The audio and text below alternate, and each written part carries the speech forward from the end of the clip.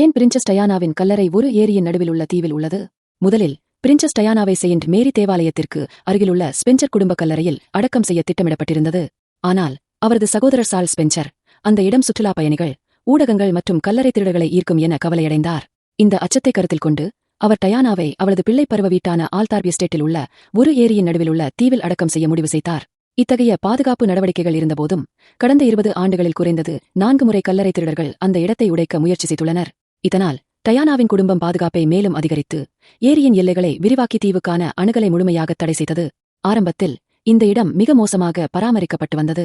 அங்கு அஞ்சலி செலுத்த வந்தவர்கள் களிமண் நிரம்பிய நீர் மற்றும் பராமரிப்பு இல்லாத தோற்றம் காரணமாக மனமுடைந்தனர். இது பலரிடத்தில் கோபத்தையும் விமர்சனங்களையும் கிளப்பியது.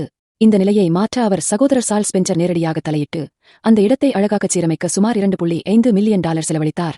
மேலும் டயானாவின் மகன்கள் வில்லியம் மற்றும் ஹாரி தங்கள் தாயின் நினைவாக 36 மரங்களை அந்த தீவில் நட்டனர். டயானா இறந்தபோது இருந்த வயதை குறிக்க பிரின்சஸ் டயானாவின் முன்னாள் கணவரும் தற்போதைய மன்னருமான சார்ல்ஸ் இந்த சமாதியை ஒருபோதும் பார்வையிடவில்லை என்பதும் குறிப்பிடத்தக்கது.